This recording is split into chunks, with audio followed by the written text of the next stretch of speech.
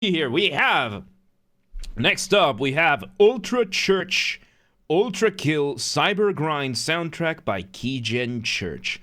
Once again, everybody, this is a Basterd's LFA, a layman-friendly analysis. I am a professionally trained musician, I am a composer, and I am going to explain things in a way that you don't have to be a professionally trained musician to understand what is going on here. So if you like that, make sure you are following the channel, subscribe to the channel, whichever that term applies to. Like the video, share the video, all that good stuff. Keep in mind that this is recorded live on stream in one take, so there's going to be a lot of pausing as I explain things as I hear them. So with that in mind, let's get started. Let's hear it. UltraChurch, Ultrakill soundtrack. Let's go.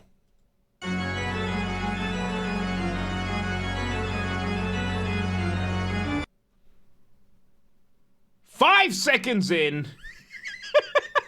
And we already have the most cliche thing you can do for a church-themed piece. One clarification that needs to be made. When it comes to music, cliches are cliches for a reason. Unlike with other mediums like literature or film or anything like that, cliches in music means that it works. Means that it works really, really well. And a cliche here is that if you want to portray a church, a larger-than-thou, holy, institutional kind of thing, like a big temple or a big structure, you want to give the grandiose feel, you give it an organ. You do a pipe organ on it, and you got it. You got it. Mainly because of the overly complex structures of pipe organs and how mainly churches and concert halls are the ones that are able to afford not just buying them, but the upkeep for such unbelievable feats of engineering. So you have that, and on top of that, of course, we have a very early motif that we are getting. We have, of course, the organ playing two parts. When it comes to organ, you can have up to 4 parts playing at the same time by one person, mainly because you have multiple keyboards, and depending on how skilled your player is, you could have the player play 3 parts on 2 hands and 1 part with their feet. That is right. A church organ, a grand organ, a pipe organ has a keyboard for the feet. Do with that information what you will. You have like 2 or 3 keyboards depending on the organ, and you will usually have a keyboard that is on the floor. It's a larger one for the feet, and is usually held for the bass. For the more bassy sounds, depending on which setting the organist is playing, it gives it a lot of versatility, and you can really, really, really come up with some insane things, just like J.S. Bach did. J.S. Bach, of course, ahead of his time for a lot of his music, but known as the best keyboard and organ player in Europe, which at the time was the world at the time, because he was just insane in coming up with this kind of stuff. Now, for the motif here, we are having 2 parts that I could hear. We have the bass and we have the main melody playing the motif. The motif, of course, being the smallest version of your musical idea, the seed, if you will. Let's continue. Yeah, we have melody and bass. Very cool.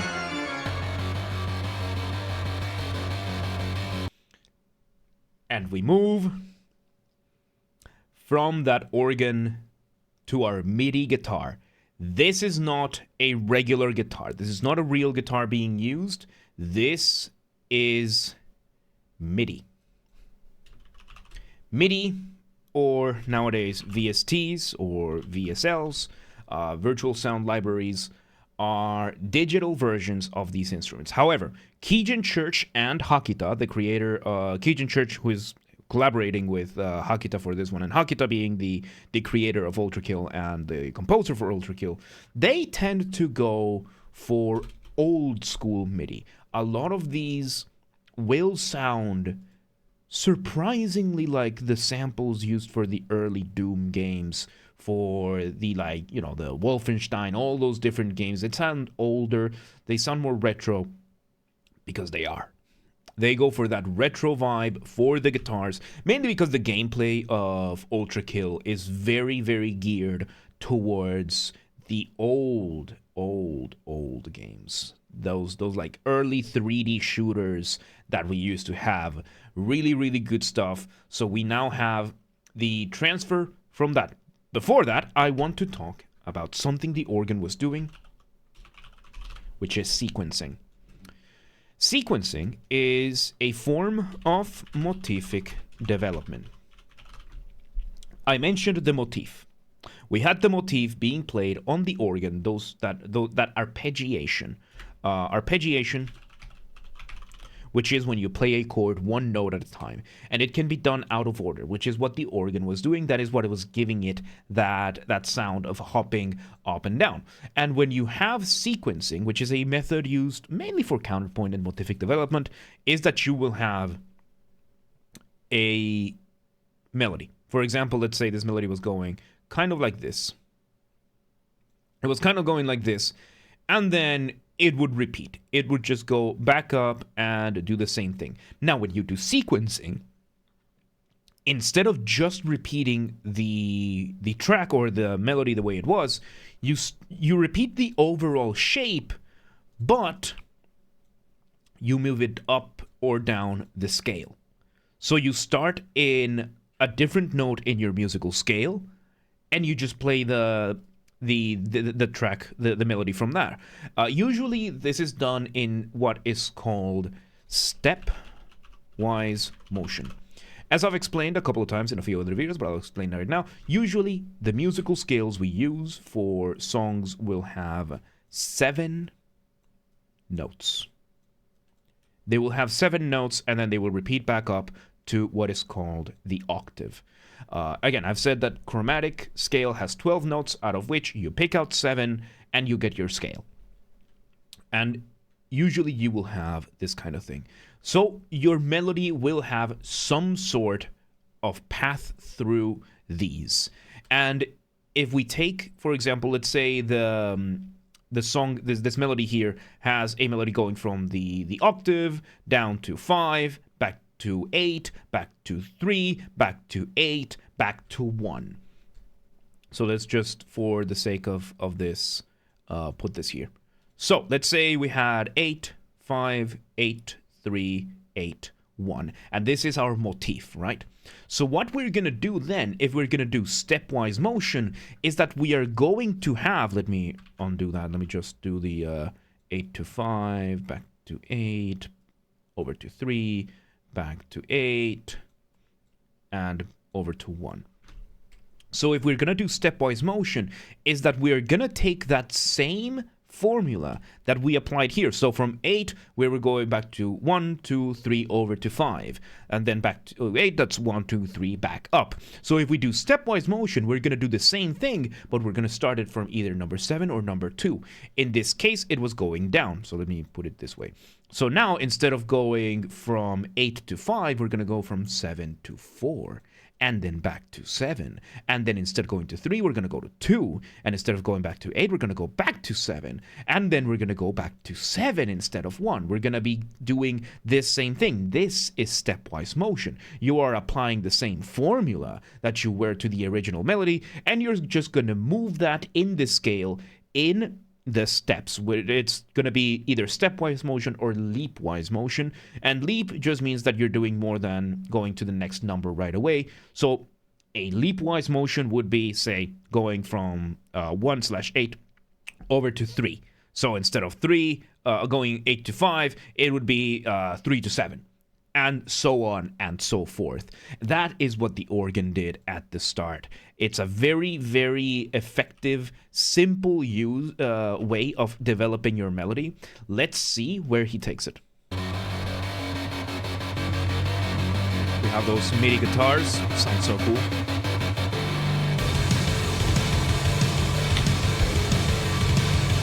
Oh.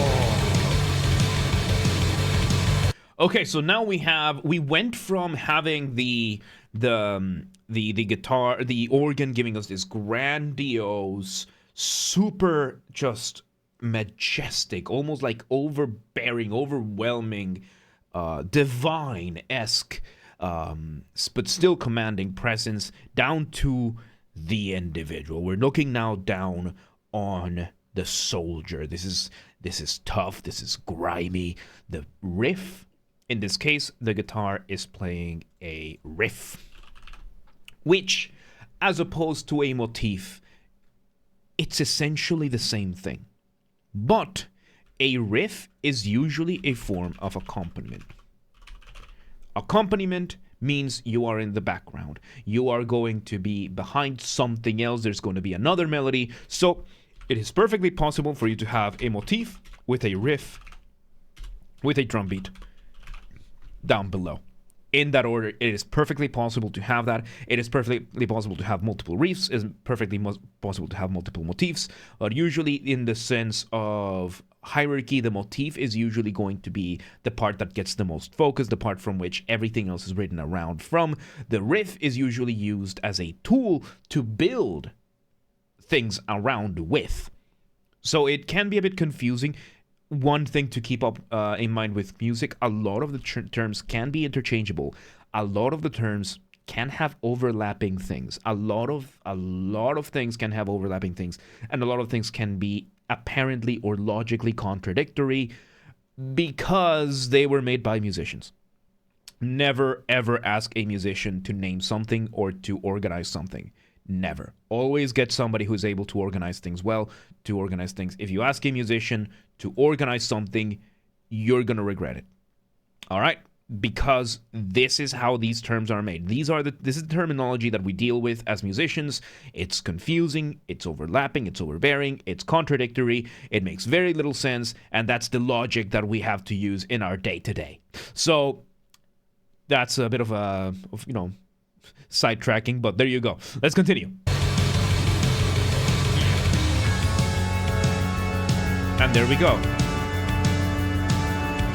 Now we move. Now we're combining aspects now. So we went from having the church organ with the bass to the guitar with the drum kit to the church organ without the bass and the drums instead. And now the organ, I believe, might be playing the same chords that we heard at the start, but instead of arpeggiating, it's just holding down the chords. And it gives it such a different vibe, doesn't it?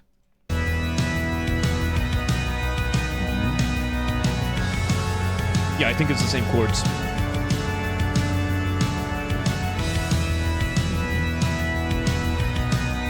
Such a cool instrument.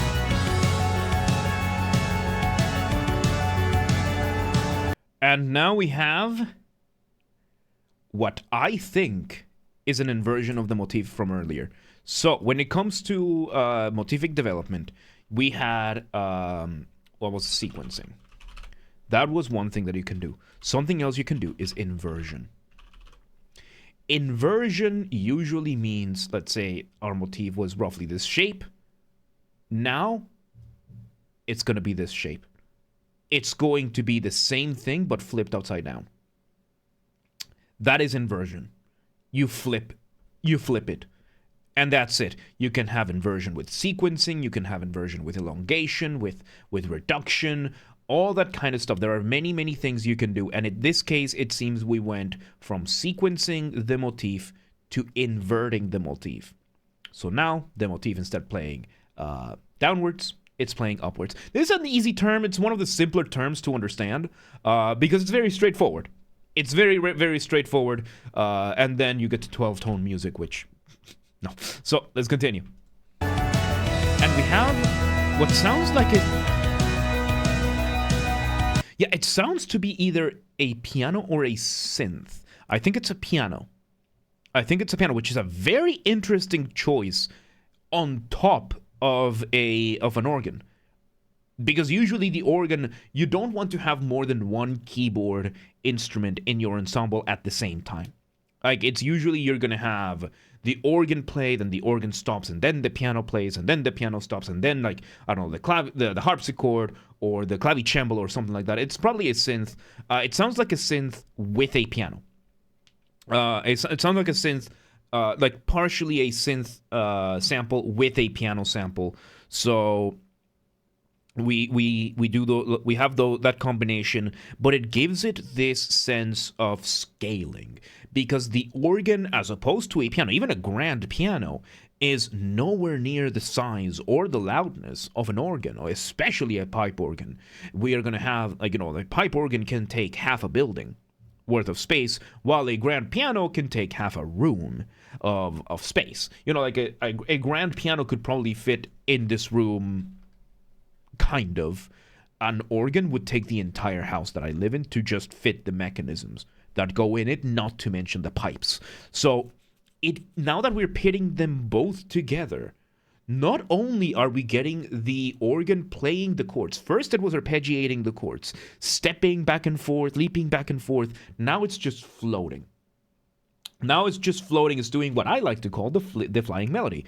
You have the drums doing its thing, very, very busy, and you have the other line being up there, suspended up in the air, kind of flying over the landscape. And now we have the piano.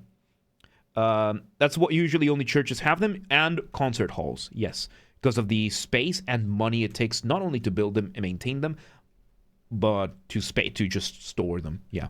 So it gives you that feeling, and you have the church organ, this divine entity looking down on you, and now you have the piano, which is still a very, very good instrument to have. It's a strong, capable instrument, but compared to the organ, it feels diminished, and it's playing the same thing the organ was, but now it's inverted, like it's looking up towards it in defiance.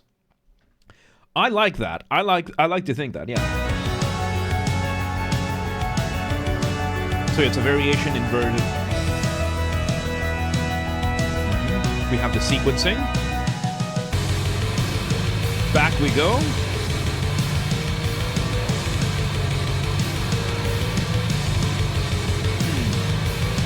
And now we have another variation of the riff that is going up a little bit more than the one before, like things are escalating. Oh.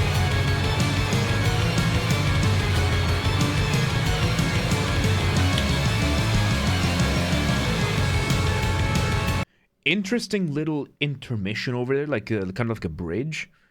Very, very, very, very, very interesting how it's... The organ went from having these chords to kind of losing its cool. It went very active there for a moment in what was a more accelerated version of the motif. Did not sequence it, but it was kind of going back and forth, like playing in between the original and the inversion, but not quite landing either. Very interesting. Very, very interesting.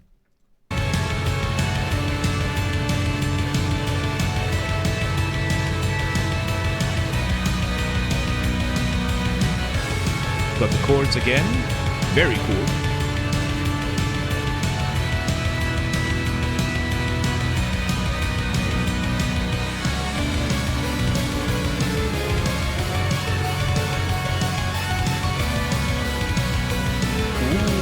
So now we have both of them. We have them both doing a call and response. We are having a call and response between the organ and the piano, but most importantly, the organ is still holding itself up there. And structurally, I figured out the structure that we got. We had A, which was our intro. We went to B, which was the initial guitar. Then we had A prime. Then we had C with the piano with the inverted melody. This structure is called a rondo. Prime just means that it's a variation. So we had A, which was just the organ with, we had the organ with the arpeggiation, and it was holding down the chords. On the other hand, no drums. Second time we heard A, it was just the chords on the top side, and there was no real bass, but we had the drums. We had B, which was just the guitar and the drums. C was the piano and the drums. Then we had A prime again. And now we went over to D prime, which is now the call and response. Call and response, of course, being one instrument plays one thing, and the other one responds immediately with something else. And we're having this back and forth with the organ playing downwards and the piano playing upwards in confrontation, in a direct confrontation.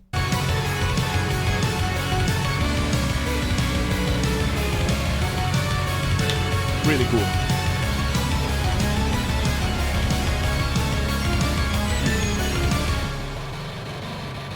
Another break, nice.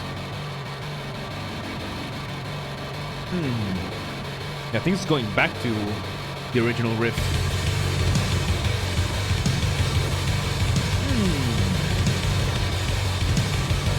Oh, it's so good. Kind of like a breakdown, yeah.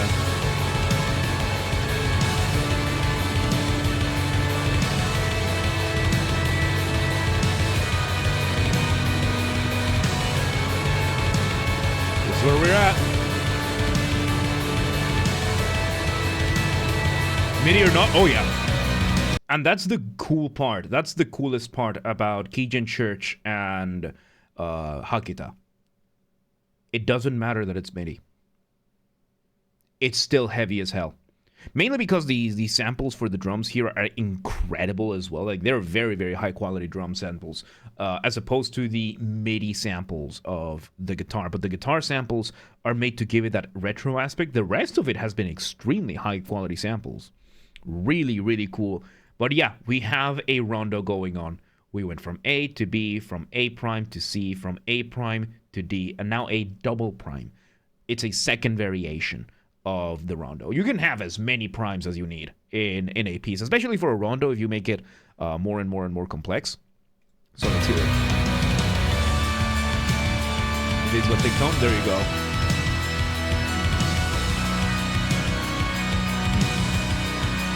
So cool.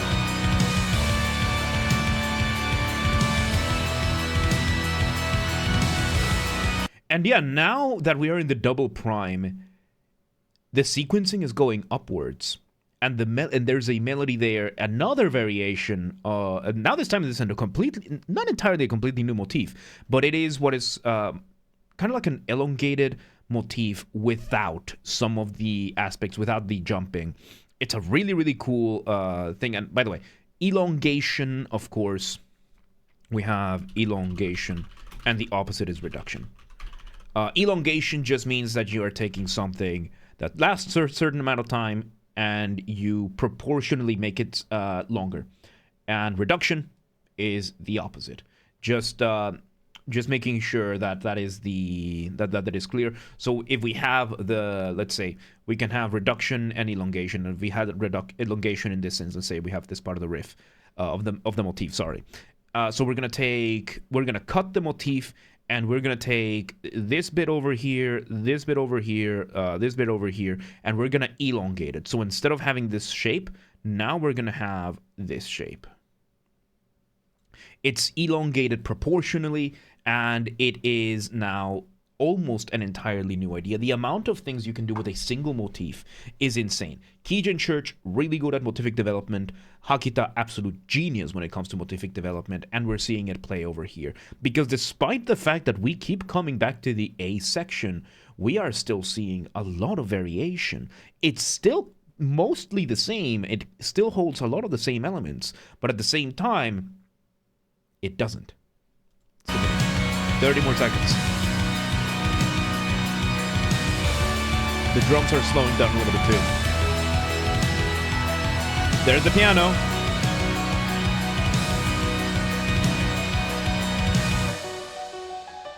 And we finish with the piano's motif, the inverted. Everything else went silent. And we slow down and we end the track there. The piano emerges victorious but exhausted. Excuse me. And there you go. That was UltraChurch from the Ultrakill Cyber Grind soundtrack by UltraChurch. What a track, dude. Oh my god, there you have it. A very interesting rondo. It's very cool to see these this kind of thing being applied. Especially considering the rondo is usually a more dance-like thing, which at the same time, this was kind of like the fight between the divine and the mundane, or the divine and the non-divine, whatever you want to call it, right? And it's just, it was really good. Another thing I just thought that I realized, the piano is a machine. Is a very, very different type of machine. A piano, the mechanism for a piano is very complex. It's like a machine. I like it. I like it. Very, very cool representation. I like how everything played into each other. There weren't that many layers here either. Like, we had the drums, which that itself can be like 6, 7 layers. Then we had the guitar, of course. We had the organ with 2 layers, because one of them was the higher organ, one of them was the lower organ, and then the middle organ, and we had the piano. And that was about it. That was like 10 layers at most. Really, really, really good considering how few layers this had. Insanely good in general. It's just impressive to see that this was done with such a relatively small ensemble. So there you have it. That was UltraChurch.